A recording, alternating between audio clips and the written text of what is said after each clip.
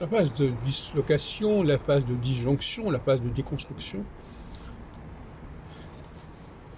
c'est une phase qui met en cause, met en question l'unité d'un processus, l'unité d'un ensemble. Et je voudrais revenir sur un point que j'ai abordé en passant, c'est que le milieu astrologique n'est pas d'un seul tenant non plus. Il y a d'un côté ceux qui sont du côté des clients, des étudiants, des élèves en astrologie qui veulent se connaître un peu mieux en suivant des cours, mais souvent ces cours, c'est surtout une bonne façon d'approfondir la connaissance d'eux-mêmes. Ce ne sont pas véritablement des formations professionnelles. Et puis de l'autre côté, il y a les chercheurs qui se demandent ce qu'était l'astrologie autrefois, ce qu'elle va devenir. Et ces deux milieux ne se rencontrent pas véritablement. Et ils vivent sur leur propre dynamique spécifique et respective.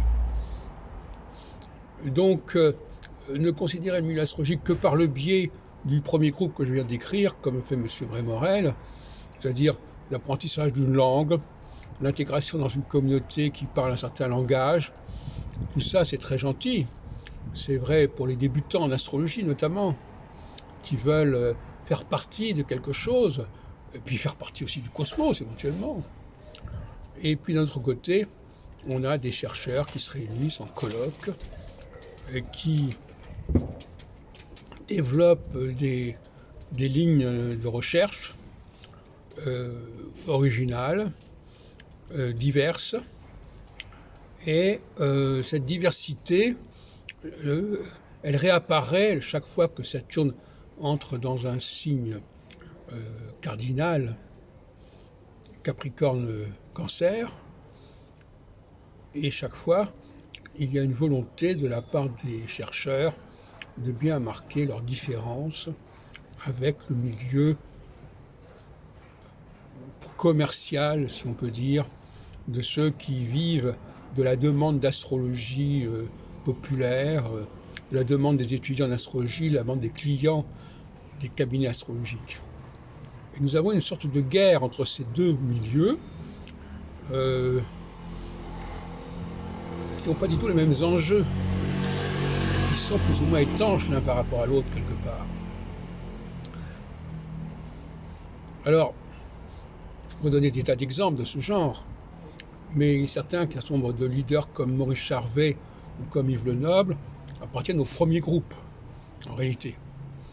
De gens qui sont dans la pratique de l'astrologie, dans l'apprentissage de l'astrologie, c'est-à-dire d'une image fantasmatique d'une astrologie unitaire, d'une astrologie éternelle, qui a toujours été ce qu'elle est, d'une astrologie comme une langue qu'on apprend, dont on apprend la grammaire.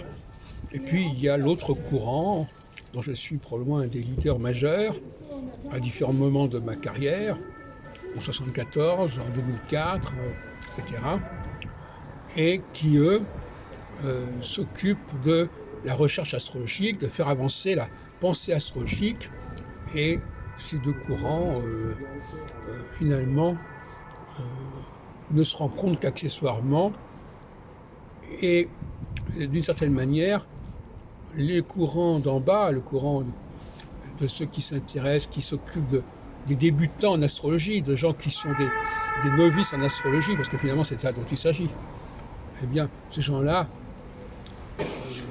on ne veut surtout pas qu'ils se compliquent la vie en sachant qu'il y a des recherches diverses.